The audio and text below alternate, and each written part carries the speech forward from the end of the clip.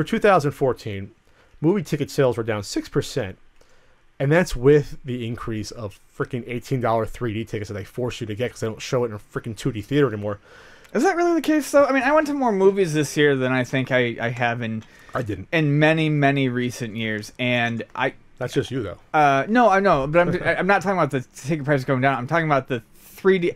I don't feel like 3D movies are being forced down our throat anymore. It's not, but when the more 3D theaters they put a movie in, obviously there's less 2D options. When I recently... when I just saw... What the hell I just saw? I just saw The Hobbit. It was in one theater. They had a real 3D... whatever, an IMAX 3D, and I had the regular 2D. So it's like your options for 2D are more and more limited, and it's like 50% more price. So I had to see it in 3D, or else I have to wait like 4 hours. You know, but here's the point. While the ticket sales are down 6%, that accounts for the fact that there's so many more 3D tickets being sold, but the lowest number of attendees since 95. It's crazy. That is crazy. But it's easy to say why. Not just the fact that there's so many different movies that are recycled or a lot more sequels. There's just so many more options nowadays. Well, for entertainment in general. But not just that, for movies. Well, sure. You know, Amazon Prime and Netflix. Well, that was going to be... And the biggest one is, like, Captain America Winter Soldier came out... When did that come out? Late April? I thought it was earlier, but whatever. It was April. Sure. Early April, whatever.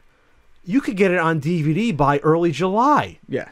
While it's in some theaters still. So in the 90s, hey, boys and girls, listen to this. Before the days of even up to the first 5 years of DVDs, you'd have to wait like a year to see Turner and Hooch on VHS. Yeah, you know, you didn't have that. Like, you had to go to the theater. Tango and Cash. You had to. I saw Tango and Cash in the theater. Right? You didn't care about violence. See a little bit of sex. No, but violence. Hooray! So you had to go to the theater to see Lethal Weapon 2 as a 9-year-old and see a head getting slammed in a car door. You had to see that. You couldn't wait. You couldn't wait a year. That's the difference. Now it doesn't matter. Well, I also feel like people are, with the price increase, people are pickier and choosier. When you can sit in your home and have access to a library of movies, and people can bitch about Netflix taking away movies and slimming it, but the fact of the matter is, the amount of content... It's insane! The amount of content that we have at our fingertips is nuts. There's no way you've seen it all. So many movies that you didn't get out to go see or that slipped through the cracks are just sitting there waiting for you to see, and you're already paying for it on a monthly basis, so a lot of people opt to just sit in because it's cheaper. And you know, my thing is this, and I think it might be for a lot of people, and I think it's why I saw a lot of movies this year.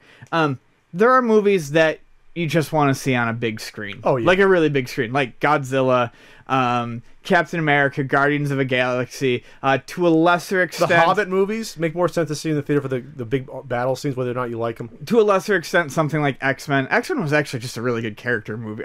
Days of Future Past was more of a character movie. Yes. But, you know, generally superhero movies and action movies you might want to go see on a big screen. But, you know, these the dramas and the romance movies and the romantic comedies don't gain anything by being on a big screen. So if you can just watch all that stuff at home for free and wait, like you said, the 2 months for it to get put up on Netflix or come out on DVD, or even like all the FX channels. Yeah, Frank's like, oh yeah, I see Winter Soldier's on there now. So that's like 7 months after the theater. On FX. It's on a cable network. That's insane. As kids, we never had that. No, I remember it was a big deal when Jurassic Park got put on network television like a year and a half after the movie came out. It was like a huge deal. That's common. Because they were like, I'm like, holy shit, I don't have to wait 5 years to maybe catch this on network TV. Now it was there. They make those deals now while the movie's like in production in theaters. They make the deal where the Fast and the Furious 6 is going to be on these stations, you know, next year. Like, it's insane.